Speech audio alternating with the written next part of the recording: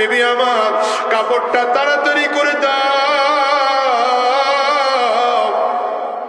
কাপড় দিলেন, শরীরের মধ্যে কাপড় জড়াইয়া এক হাতের মধ্যে ঢাল নিয়ে আর এক হাতে তরবারি লইয়া পাগলের মতো করে সামনের দিকে দৌড়ায়। বিবি বলেন কই যাও? বলে আমার দাঁড় করাও না। শুনেছি যুদ্ধের ময়দানে নবী জমিন থেকে বিদায়, নবী যদি জমিন থেকে বিদায় হয়ে যায় আমিও দুনিয়ার বেঁচে থেকে লাভ নাই। হযরত হানজালার বিবি বলে দেরি করে লাভ নাই, একটু পানি এনে দে, গোসল করে তারপরে যাও। বলে গোসল করার সময় নাই, রাহমাতুল লিল আলামিন জমিনে নাই, আমি হানজালারও বেঁচে থেকে কোনো লাভ নাই। যুদ্ধ শেষ হয়ে গেল, সাহাবায়ে কেরাম শুহাদায়ে উহুদের লাশগুলো একত্রিত করতেছে। রাহমাতুল লিল আলামিন অসুস্থ অবস্থায় কাজের তদারকি করেন। হঠাৎ করে তাকিয়ে দেখছেন একজন মহিলা লাল কাপড় আকাশের মধ্যে উড়াইতেছে আর বলেন পয়গম্বর, সব সাহাবীকে তো আপনি গোসল ছাড়া দাফন দিবেন, আমার স্বামীকে আপনি গোসল ছাড়া দাফন দিবেন না। নবী আমার বলেন মাগো কে তুমি বলো। মহিলা দেখে বলেন পয়গম্বর, আমারে আপনি চিনবেন না, আমি আপনার হানজালার বিবি। আমার স্বামী আপনার ইন্তেকালের খবর বের করে থাকে না, ও যুদ্ধের ময়দানে আছে শহীদ। আল্লাহর নবী সাহাবায়ে কেরামদেরকে বললেন আমার তাড়াতাড়ি করে হানজালার লাশটা খুঁজে বের করো। জিবরিল আমিন নবীজির কানে এসে খবর দেয় পয়গম্বর, হানজালার লাশ খুঁজে লাগবে না, আপনার হানজালাকে আল্লাহ তাআলা আসমানে উঠাইয়া ফেরেশতাদের মাধ্যমে জান্নাতি পানি দিয়ে গোসল করাইয়া পাঠায়া দিছে। হযরত আলী রাদিয়াল্লাহু আনহু বলেন আমি তাড়াতাড়ি করে একটা একটা করে লাশের কাপড়গুলো ওঠাচ্ছিলাম, হঠাৎ করে হানজালা রাদিয়াল্লাহু আনহুর চেহারা আমার নজরে পড়লো। আমি তাকিয়ে দেখি হানজালা রাদিয়াল্লাহু আনহুর তাজা গোসলের পানিটা চুল বেয়ে বেয়ে বেয়ে বেয়ে জমিনের মধ্যে পড়ে পুরো শরীরটা ভিজা হয়ে আছে। মুসলমান বন্ধুরে আমার, আমিও তোমাদেরকে বলে যাই শোনো, যুদ্ধের ময়দানে সাহাবায়ে কেরাম ইন্তেকাল শহীদ হওয়ার জন্য পাগল হয়ে যাইতে। তোমার আমার জীবনটা কয়দিনের বলো, আজ আছে আগামীকালকে থাকবো এমন কোনো গ্যারান্টি নাই। এই জন্য বলে যাই শোনো, যদি যুদ্ধের ময়দানে গিয়া শহীদ হওয়া যায়, আল্লাহর দ্বীনের জন্য যদি জীবন দেওয়া যায়, ওই জীবনের বড় দাম। এমনি মরলে জান্নাত পাবো কিনা জানি না। এই জন্য আগামীর ময়দানে যদি উলামায়ে কেরামদের আবার ডাক আসে, আলেমদের ডাকে সাড়া দেওয়ার জন্য কারা কারা তৈয়ার আছো দাঁড়িয়ে দেখাও, বসে নয় দাঁড়িয়ে দেখাও।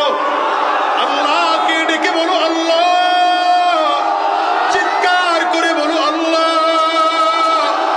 আরো জোরে বলো আল্লাহ, চিল্লায় আরো জোরে বলো আল্লাহ। আমরা তোমার দ্বীনের জন্য জীবন দিতেও তৈয়ার আছি, তোমার জীবন তোমার দ্বীনের জন্য রক্ত দিতেও তৈয়ার আছি। এই জমিন মুসলমানদের বাহিরে কাফিরদের কবজায় দিও না, এই জমিনটাকে মেহেরবানি করে আলেমদের কবজায় দিও, মুসলমানদের কবজায় দিও। চিল্লায় বলো আমিন, আর জোরে আওয়াজ দিয়া জোরে বলো আল্লাহুম্মা আমিন। আলহামদুলিল্লাহিল্লাযী আহাতা বিকুল্লি শাইইন ইলমা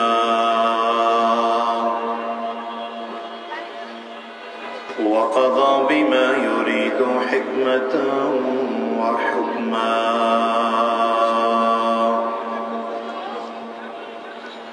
وأنعم بالنعم ابتلاء وامتحانا ونشهد أن لا إله إلا الله وحده لا شريك له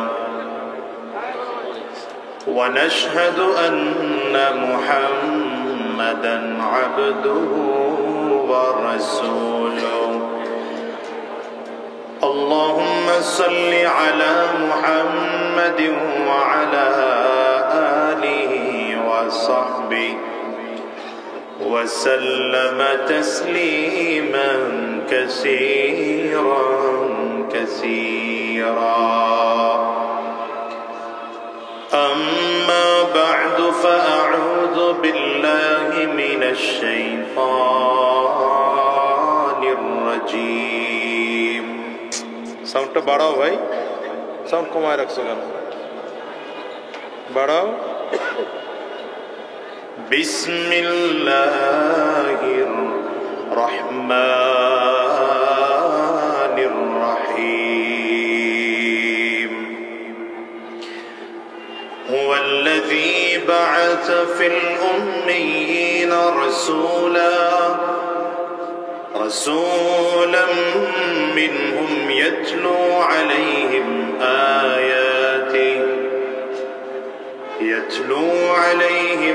آياته ويزكيهم ويعلمهم الكتاب والحكمة وإن كانوا من قبل لفي ضلال مبين. صدق الله العظيم وصدق رسوله النبي الكريم ونحن على ذلك من الشاهدين والشاكرين والحمد لله رب العالمين. الحمد لله. বাংলাদেশ মুজাহিদ কমিটি গাজীপুর জেলা শাখার উদ্যোগে আয়োজিত 3 দিন ব্যাপী মাহফিলের আজকের প্রথম দিবস সমাপনী অধিবেশন.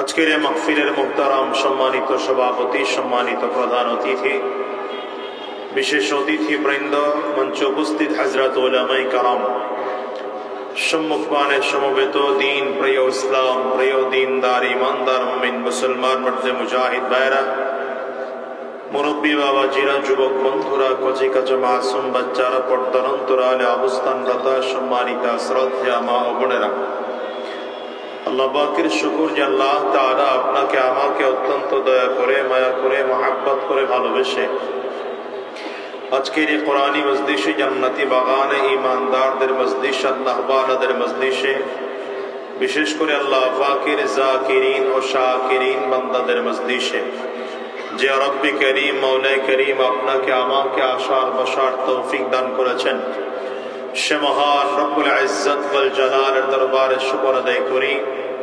আমরা সকলেই জবান খুলে আওয়াজ দিয়ে জোরে সোরে বলি আলহামদুলিল্লাহ। আয়াতে কারিমা তিলাওয়াত করেছে আল্লাহ রাব্বুল আলামিন বলেন, হুয়াল্লাযী বা'আসা ফিল উম্মিয়্যিনা রাসূলাম মিনহুম ইয়াতলু আলাইহিম আয়াতি। রব্বি করিম বলেন, গোটা পৃথিবীর মানুষদেরকে লক্ষ্য করে আমি আল্লাহ মূর্খদের মধ্য থেকে একজনকে নবী বানাইয়া তাদের মাঝে পাঠাইলাম। নবীকে পাঠানোর উদ্দেশ্য কি আল্লাহ তাআলা তাও বলেছেন। 1 নম্বর উদ্দেশ্য ইয়াতলু আলাইহিম আয়াতি। নবী পাঠানোর 1 নম্বর উদ্দেশ্য হলো নবী কুরআনুল কারীমের তিলাওয়াত করে গোটা জাতিকে শোনাবে, গোটা জাতিকে কুরআনের তিলাওয়াত শিখাবে। 2 নম্বর ওয়ায়ুযাক্কিহিম। এই কুরআন তিলাওয়াতের মাধ্যমে, কুরআনের প্রশিক্ষণের মাধ্যমে গোটা জাতির আত্মা পরিশুদ্ধির লক্ষ্যে নবীজি মেহনত, চেষ্টা, ফিকির করবে। রাসূলুল্লাহ সাল্লাল্লাহু আলাইহি ওয়াসাল্লাম দুনিয়াতে এসেছিলেন, নবীজির গোটা জিন্দেগীর এজেন্ডা ছিল 4টা। বলেন কয়টা? এই মুখ বন্ধ করে না, আওয়াজ করে বলেন কয়টা? আরো জোরে বলেন তো কয়টা? এখনো সবাই জবান খোলেন নাই। জবান না খুললে সমস্যা। মাহফিলে এসে কিছু মানুষ খুব বেশি ভদ্র হয়ে থাকে, এত ভদ্র হয় যে কথাও বলতে চায় না। যে আওয়াজ প্রয়োজন সে আওয়াজ তো দিতে হবে। বলেন নবীজির টোটাল জীবনের এজেন্ডা ছিল কয়টা? আঙ্গুল কয়টা উঁচা করে বলেন, মুখস্থ করে যান, বলেন কয়টা? নবীজির জীবনের 1 নম্বর এজেন্ডা হলো ইয়াতলু আলাইহিম আয়াতি। কুরআনুল কারীমের তিলাওয়াত উম্মতদেরকে শিক্ষা দেওয়া এবং উম্মতদেরকে তিলাওয়াত শোনানো। অর্থাৎ নবীজির জীবনের 1 নম্বর এজেন্ডা ছিল তালিম ও তারবিয়াত। বলেন 1 নম্বর এজেন্ডা কি? সবাই ভালো করে বলেন 1 নম্বর এজেন্ডা কি? তালিম ও তারবিয়াত, শিক্ষা এবং দীক্ষা, শিক্ষা এবং দীক্ষা। অর্থাৎ রাসূলুল্লাহ সাল্লাল্লাহু আলাইহি ওয়াসাল্লামের উপরে ওয়াহী নাযিল হলো, সর্বপ্রথম শব্দটাই ছিল শিক্ষা। ইকরা বিসমি রাব্বিকাল্লাযী খালাক, পড়ো সেই প্রভুর নামে যেই প্রভু তোমাকে সৃষ্টি করেছেন। মুসলমান নাম দিয়েছে কিন্তু জানি না, ইলমে দ্বীন অর্জন করি না, দ্বীনি শিক্ষা আপনার আমার মধ্যে নাই, বুঝা গেল এখনো মুসলমান হতে পারিনি। শিক্ষা এবং দীক্ষা। দেখেন, মানুষ মুসলমান, আমাদের দেশে এমন হাজার মুসলমান পাওয়া যাবে কালিমাতুত তাইয়্যিবা জানি না, কি আছে না নাই? কালিমাতুশ শাহাদা জানি না, ঈমানে মুজমাল জানি না, ঈমানে মুফাসসাল জানি না, নামাজের ফরজ কয়টা জানি না, রোজা কেমনে রাখতে হয় জানি না, নামাজ শুদ্ধ করার জন্য যা যা দরকার একটাও জানি না। যেমন নামাজের সানা জানি না, সূরা ফাতিহা জানি না। 4টা সূরা অন্তত নামাজ শুদ্ধ করার জন্য লাগে, এই 4টা সূরাও আমরা জানি না। এমন আছে না নাই? বলেন, জোরে বলেন, আছে না নাই? এই জন্য রাসূলুল্লাহ সাল্লাল্লাহু আলাইহি ওয়াসাল্লাম শিক্ষা দিয়েছেন। আমি আমার আলোচনায় বলি, একজন মানুষ দুনিয়ার লাইনে সব থেকে বড় শিক্ষিত, সে doctor, engineer, advocate, pilot, barrister, banker, গোটা দুনিয়ার সব শিক্ষা তার মধ্যে আছে, কিন্তু আসমানি জ্ঞান নেই, তাওহীদের জ্ঞান নেই, রিসালাতের জ্ঞান নেই। আল্লাহর কাছে মানুষটা মূর্খ, এই মানুষটা। আরেকজন মানুষ দুনিয়ার কোনো জ্ঞান তার মধ্যে নাই, লোকটার কাছে তাওহীদের জ্ঞান আছে, রিসালাতের জ্ঞান আছে, ওয়াহীর জ্ঞান আছে, তাওহীদের জ্ঞান আছে, তথা কোরআনের জ্ঞান আছে। আল্লাহর কাছে এই মানুষটা পৃথিবীর সব থেকে শ্রেষ্ঠ শিক্ষিত মানুষ। যার বাস্তব উদাহরণ আমার আপনার নবী সরওয়ারে দো আলম আহমদ মুজতবা মুহাম্মদ মুস্তাফা, জোরে চিল্লায় বলেন সাল্লাল্লাহু আলাইহি ওয়াসাল্লাম। বলেন, আমার নবী পৃথিবীর কোন মাদ্রাসায় পড়েছেন? কোন মাদ্রাসায় পড়েন নাই, স্কুলে পড়েন নাই, কলেজে, ইউনিভার্সিটিতে নবীজির কোন উস্তাদ দুনিয়াতে নেই, ঠিক না? কিন্তু যদি আপনি বলেন আমার নবী দুনিয়ার কারো কাছে পড়ে নাই, পড়েছেন কার কাছে? নবীজি নিজেই বলেন, আল্লামানি রাব্বি, আল্লামানি রাব্বি ফাহসানা তা'লিমি, আদ্দাবানি রাব্বি ফাহসানা তা'দীবি। নবী আমার বলেন, দুনিয়ার কারো কাছে আমি নবী লেখাপড়া করি নাই, তবে আমি নবী যতটুকু লেখাপড়া করেছি আমাকে আমার আল্লাহ তাআলা শিক্ষা দিয়েছেন। এই জন্য আমি নবীর শিক্ষা হলো জগতের সব থেকে উত্তম শিক্ষা। জিবরিল আমিন নবীজির কাছে আসছেন, ওয়াহী নাযিল হওয়ার প্রথম সময় নবীজির কাছে এসে ডেকে বললেন, বুখারীর বর্ণনা, ইয়া মুহাম্মদ ইকরা, পয়গম্বর আপনি পড়েন। নবী বলেন, মা আনা বিকারিন, পড়তে জানি না, পাঠক নই। জিবরিল আবার নবীকে ধরলেন, নবী বলেন, ফাআখাযানি ফাগাত্তানি হাত্তা বালাগা মিন্নিল জুহুদ। জিবরিল আমাকে ধরলেন, সিনার সাথে সিনা মিলালেন, চাপ দিলেন, ছেড়ে দিয়ে বললেন, ইকরা ইয়া মুহাম্মদ ইকরা। নবী আবার বললেন, মা আনা বিকারিন, পড়তে জানি না। জিবরিল আবার ধরলেন, আবার সিনার সাথে সিনা মিলালেন, আবারও চাপ দিলেন, আবারও চাপ দিয়ে ছেড়ে দিয়ে বললেন, ইকরা। বিসমি রাব্বিকাল্লাযী খালাক খালাকাল ইনসানা মিন আলাক ইকরা ওয়া রাব্বুকাল আকরাম আল্লাযী আল্লামা বিল কলম। নবীজি প্রথমবার বললেন পড়তে জানি না, দ্বিতীয়বারে বললেন পড়তে জানি না, তৃতীয়বারে যখন জিবরিল চাপ দিয়ে ছেড়ে দিলেন নবীজি পড়া আরম্ভ করলেন। এক টানে 5 আয়াত, এক টানে 19 অক্ষর। এর কারণটা কি জানো? এর একটাই মাত্র কারণ, রাহমাতুল লিল আলামিন বুঝাইতে চায় 40 বছর পর্যন্ত গোটা দুনিয়ায় কারো কাছে লেখা পড়া করি নাই, পড়ি নাই, কারো কাছে পড়ি নাই। তবে যদি আমার পড়তে হয় আল্লাহর নামের পড়া পড়ব, যেই পড়ায় আল্লাহর নাম নাই সেই পড়া পড়ব না। যেই পড়ে আল্লাহর নাম নাই, এই জন্য দেখেন না, যেই পড়ে আল্লাহর নাম নাই সেই পড়া পড়লে কি হয়? মানুষের বাচ্চা বানরের বাচ্চা হয়। 16 বছর ধরে শিখতাম কি আমরা? এই যে মানুষের বাচ্চা বানরের বাচ্চা হয়ে গেল। 16টা বছর ধরে পড়েছ। একজন মানুষ 18 বছর পর্যন্ত ছেলে হয়ে বড় হয়েছে, কিন্তু হঠাৎ করে মন চাইল না আমি আপনার ছেলে না, আমি নিজের থেকে নিজে মেয়ে। তো বলে পারমিশন আছে, হয়ে যাও। 18 বছর 19 বছর মেয়ে ছিল, হঠাৎ ছেলে হইতে মনে চেষ্টা, হয়ে যাও। আচ্ছা, এরপরের বিষয়টা আরো মারাত্মক। ছেলে ছেলেকে বিয়ে করবে, মেয়ে মেয়েকে বিয়ে করবে। নাউজুবিল্লাহ। শেষ দিন বললেন কি কোন? আজকে প্রথম দিন তো, নাউজুবিল্লাহ না কইলে অসুবিধা নেই। বলেন, এই শিক্ষায় জাতিকে কি মানুষ বানানো হয়? মানুষকে অমানুষ বানানোর ট্রেনিং দেওয়া হয়। এই শিক্ষায় জাতিকে মানুষ বানানো হয় না, বরঞ্চ মানুষকে অমানুষ বানানোর ট্রেনিং দেওয়া হয়।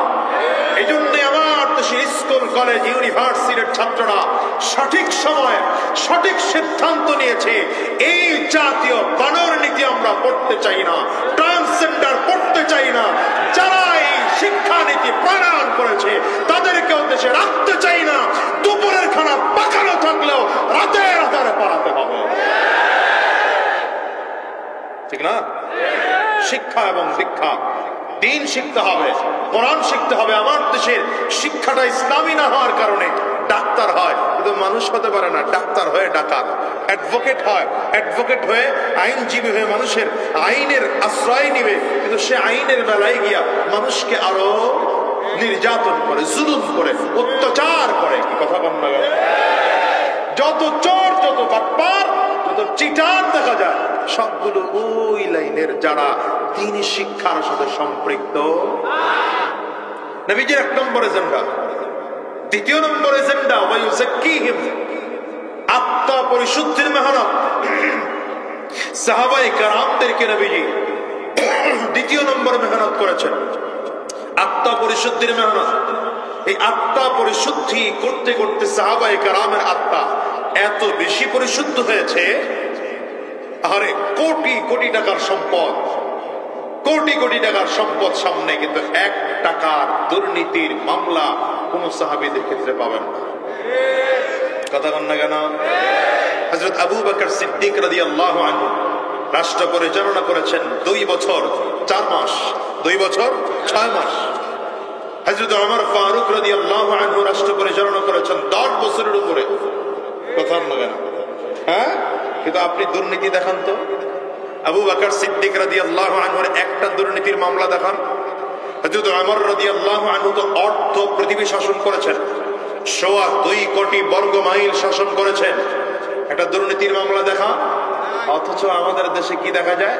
5 বছর রাষ্ট্র চালায়, মামলার অভাব নেই। 17 বছর 16 বছর যারা রাষ্ট্র চালাইছে, দুর্নীতি করতে করতে করতে পরিস্থিতি এমন হয়েছে 10 ব্যাংকের লেনদেন শেষ পর্যন্ত বন্ধ করে দিতে হয়েছে। কি কথা কন না কেন? কি বুঝলেন? কি বুঝা গেল? ওই যে দুদকের মহাপরিচালক রিটায়ার্ড করার পরে তার বিরুদ্ধে দুর্নীতির মামলা, দুর্নীতির, এটা হলো দেশের চিত্র। কেন হলো? আত্মা পরিশুদ্ধ না। আত্মা পরিশুদ্ধ না হওয়ার কারণে রাষ্ট্রীয় ক্ষমতায় যায় তো চোর হয়ে বাংলাদেশের চিত্র হয়ে গেছে এখন এটা, যে যত বড় চোর সে তত বড় রাজনীতিবিদ, যত বড় ডাকাত তত বড় রাজনীতিবিদ, যত বড় সন্ত্রাস তত বড় রাজনীতিবিদ। কথা বলেন না কেন?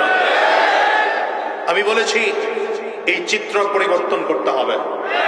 আসতে বলেন কেন? জোরে বলেন। এই চিত্র পরিবর্তন করে দিতে হবে। আগামীর দিনে আমরা নতুন করে চোর, চিটার, বদমাশকে রাষ্ট্রীয় ক্ষমতার রাজনীতিতে দেখতে চাই না। আগামীর দিনে স্বচ্ছ মানুষ, আল্লাহ ভীরু মানুষ, দাড়িওয়ালা মানুষ, টুপিওয়ালা মানুষ, নিষ্ঠাবান মানুষ, এমন ব্যক্তিদেরকে আমরা রাজনৈতিক ময়দানে দেখতে চাই। বুঝেন না আপনারা? কেন বললাম? কারণ হলো বাংলাদেশ, আগামীর দিনের বাংলাদেশ দেখতে পাচ্ছি কোরআনের বাংলাদেশ হতে চলেছে। আগামীর দিনের বাংলাদেশ ইসলামের বাংলাদেশ হতে চলেছে। আগামীর দিনের বাংলাদেশ উলামায়ে কেরামদের বাংলাদেশ হতে চলেছে।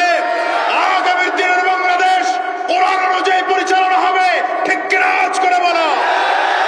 সুতরাং আলেমদের সাথে থাকবেন, আলেমদের সাথে থাকবেন না জালেমদের সাথে? তাই বলেন, আলেমদের সাথে না জালেমদের সাথে? ইমানদারদের সাথে না বেঈমানদের সাথে? কোরআনওয়ালাদের সাথে না শয়তানদের সাথে? ঢাকার সাথে না দিল্লির সাথে? এই জোরে বলো, ঢাকার সাথে না দিল্লির সাথে? আগামীর দিনে উলামায়ে কেরামদের সাথে থাকতে গিয়ে, কোরআনের পক্ষে থাকতে গিয়ে, ইসলামের পক্ষে থাকতে গিয়ে যদি আবার রক্ত দেওয়ার প্রয়োজন হয় রক্ত দেব, জীবনটাও যদি দরকার হয়। কারা কারা তৈয়ার আছো? তুই হাত উঁচু করে আল্লাহ।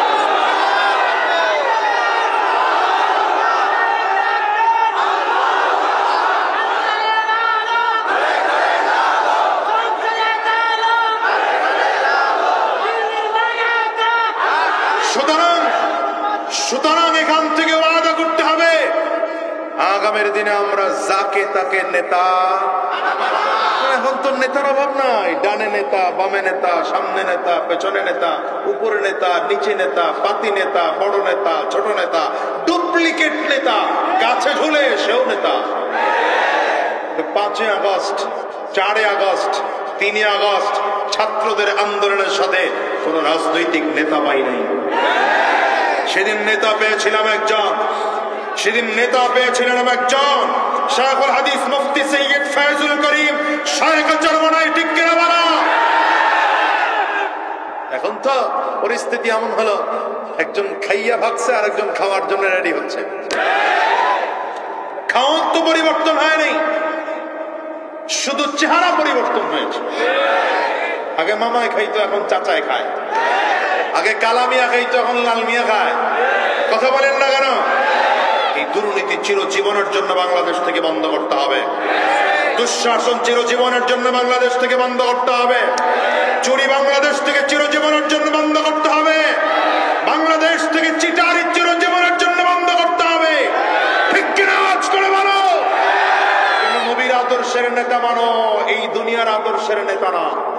আমি এই জন্যে 5 আগস্টের পরে স্লোগান দিয়েছি, সব নেতার কবর দে, নবীর উম্মত খবর দে।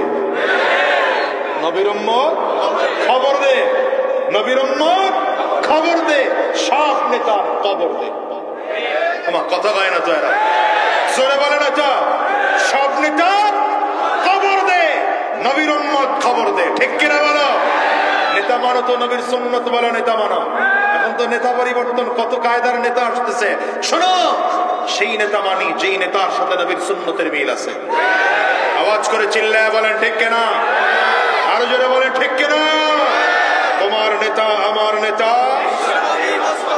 হয় না, স্লোগান হয় না। তোমার নেতা আমার নেতা, আমরা সবাই রাসূল সেনা, আমরা সবাই রাসূল সেনা। পারবেন স্লোগান দিতে? কাশি দেন, গলা ক্লিয়ার করেন। ভালো করে কাশি দেন, ক্লিয়ার করেন। 2 হাত টান টান করে উঁচা করেন। ডানে আর বামে তাকিয়ে দেখেন হাত কে তোলে নাই। ধরে হাতটা মহাব্বত করে তুলে দেন। হাতগুলো মুঠ করেন, ঝাঁকি দেন। শরীরের মধ্যে একটা স্পিড আসুক, দেন, ঝাঁকি দেন। এবার কণ্ঠের যতটুকু আওয়াজ আছে পুরোটা আওয়াজ ছেড়ে দিয়ে তাকবীর হবে। মুসলমান রেডি? বলে না রেডি? আরো জোরে রেডি? নারে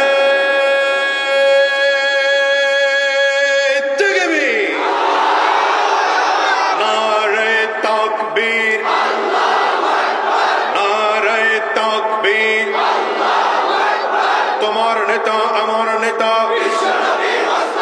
বিশ্বনবী মুস্তাফা, আমরা সবাই রাসূল সেনা,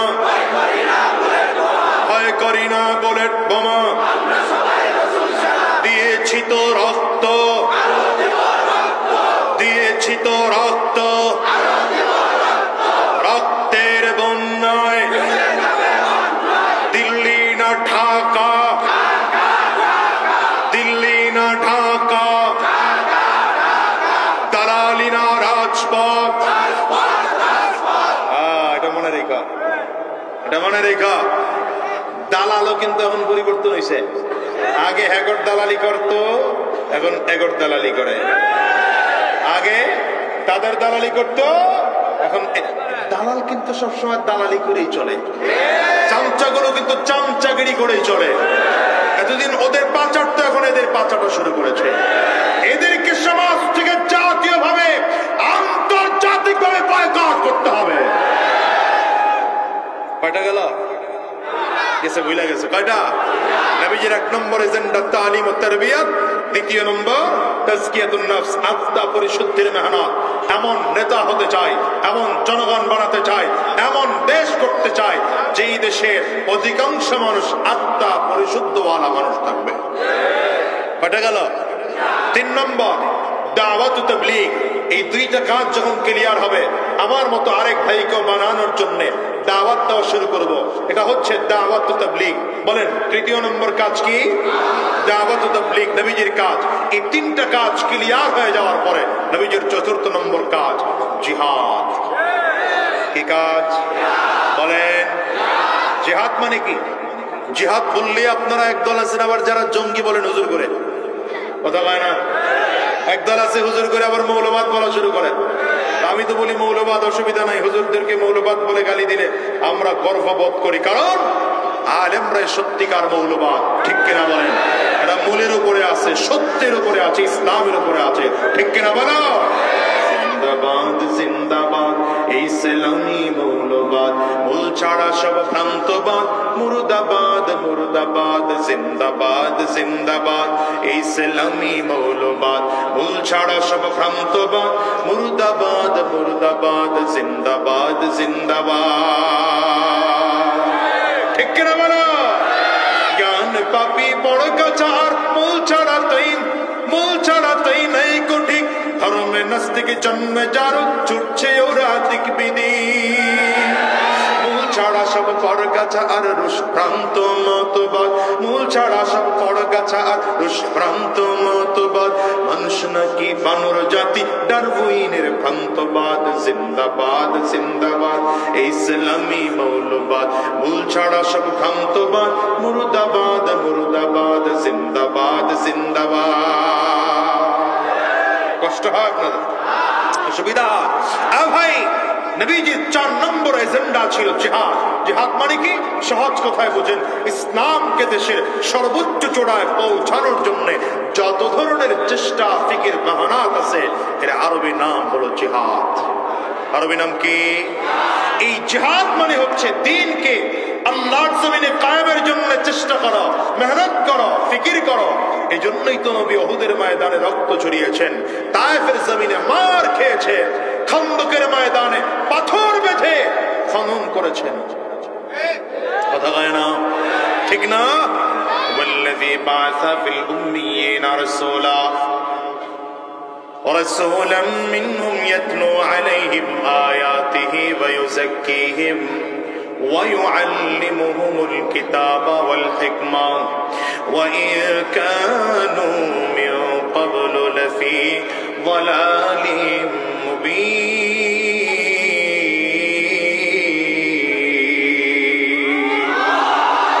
রাসূলুল্লাহ সাল্লাল্লাহু আলাইহি ওয়াসাল্লাম 4 কাজ দিয়ে জমিনের মধ্যে এসেছিলেন। 1 নম্বর কাজ তালিম ও তারবিয়াত, 2 নম্বর কাজ তাজকিয়াতুন নফস, 3 নম্বর কাজ দাওয়াত ও তাবলীগ, 4 নম্বর জিহাদ। রাহমাতুল লিল আলামিন জমিনে দ্বীনকে বাস্তবায়ন করার জন্য তায়েফের জমিনে গিয়ে মার খেয়েছেন, দাওয়াত বন্ধ করেন নাই। উহুদের ময়দানে রাহমাতুল লিল আলামিন বীর বিক্রমে যুদ্ধ করতেছে। রাহমাতুল লিল আলামিনকে লক্ষ্য করে কাফিরগুলো এত জোরে আঘাতের কারণে নবীজির কপালের মধ্যে সে তীর লেগে যায়। তীরের আঘাতে লোহার টুপি ভেঙে লোহার টুকরা নবীজির মাথার খুলির মধ্যে ঢুকে যায়। রাহমাতুল লিল আলামিনের চেহারা তো বের হয়। রাহমাতুল লিল আলামিন চেহারার মধ্যে হাত দিয়ে বলেন, কাইফা ইউফলিহু কওমুন দাম্মা ওয়াজহা নবিয়্যিল্লাহ। আরে ওই জাতি কেমন করে সফল কাম হয় যেই জাতি নবীজির চেহারা হারায়। মুসলমান বন্ধুরে আমার, রাহমাতুল লিল আলামিন বেহুশ হয়ে জমিনের মধ্যে পড়ে গেলেন। পাথরের আঘাতের কারণে নবীজির দান মুবারক শহীদ হয়ে জমিনের মধ্যে পড়ে যায়। কাফিরগুলো ঘোষণা করে, কদ কুতিলা মুহাম্মদ, মুহাম্মদ জমিন থেকে বিদায়। সাহাবায়ে কেরাম পাগল হয়ে গেলেন, নবীজি জমিন থেকে বিদায় হয়ে যায়, আমরাও জমিনে আর বেঁচে থাকবো না। হযরত আবু বকর সিদ্দিক দৌড়ায়, ওমর ফারুক দৌড়ায়, হযরত উসমান দৌড়ায়, হযরত আলী দৌড়ায়। মদিনার গলি দিয়ে এলান দিয়ে যাওয়া হয়, নবী আমার জমিন থেকে বিদায়। হানজালা রাদিয়াল্লাহু আনহু সেদিন স্ত্রীর সাথে কথা বলতেছিলেন, যুদ্ধের ময়দানে যান নাই। হানজালা রাদিয়াল্লাহু আনহু নবীজির ইন্তেকালের খবর পেয়ে বলে, বিবি আমার কাপড়টা তাড়াতাড়ি করে দাও।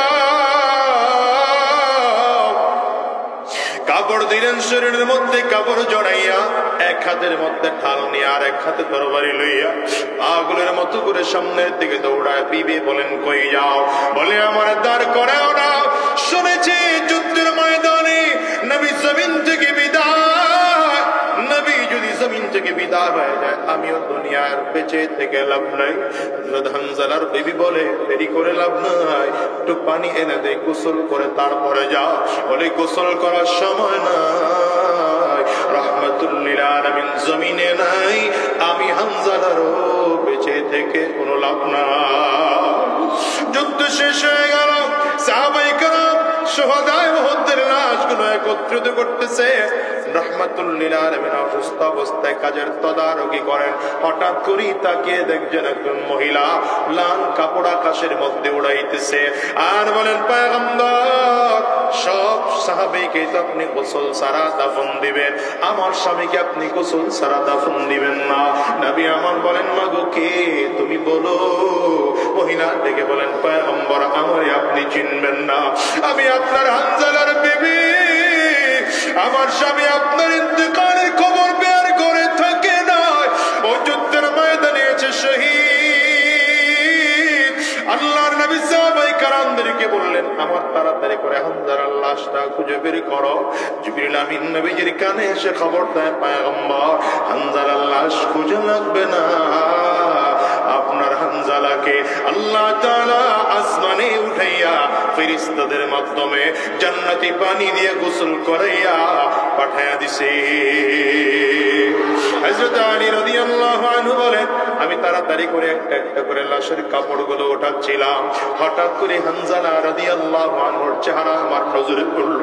আমি তাকিয়ে দেখি হানজালা রাদিয়াল্লাহু আনহুর তাজা গোসলের পানিটা চুল বেয়ে বেয়ে বেয়ে বেয়ে জমিনের মধ্যে পড়ে পুরো শরীরটা ভিজা হয়ে আছে। মুসলমান বন্ধুরে আমার, আমিও তোমাদেরকে বলে যাই, শোনো, যুদ্ধের ময়দানে সাহাবায়ে কেরাম ইন্তেকাল শহীদ হওয়ার জন্য পাগল হয়ে যাইতে। তোমার আমার জীবনটা কয়দিনের বলো, আজ আছে আগামীকালকে থাকবো এমন কোনো গ্যারান্টি নাই। এই জন্য বলে যাই, শোনো, যদি যুদ্ধের ময়দানে গিয়া শহীদ হওয়া যায়, আল্লাহর দ্বীনের জন্য যদি জীবন দেওয়া যায়, ওই জীবনের বড় দাম। এমনি মরলে জান্নাত পাবো কিনা জানি না। এই জন্য আগামীর ময়দানে যদি উলামায়ে কেরামদের আবার ডাক আসে, আলেমদের ডাকে সাড়া দেওয়ার জন্য কারা কারা তৈয়ার আছো, দাঁড়িয়ে দেখাও। বসে নয়, দাঁড়িয়ে দেখাও। আল্লাহকে ডেকে বলো, আল্লাহ। চিৎকার করে বলো, আল্লাহ। আরো জোরে বলো, আল্লাহ। চিল্লায় আরো জোরে বলো, আল্লাহ। আমরা তোমার দ্বীনের জন্য জীবন দিতেও তৈয়ার আছি, তোমার জীবন তোমার দ্বীনের জন্য রক্ত দিতেও তৈয়ার আছি। এই জমিন মুসলমানদের বাহিরে কাফিরদের কবজায় দিও না, এই জমিনটাকে মেহেরবানি করে আলেমদের কবজায় দিও, মুসলমানদের কবজায় দিও। চিল্লায় বলো আমিন। আর জোরে আওয়াজ দিয়া জোরে বলো আল্লাহ।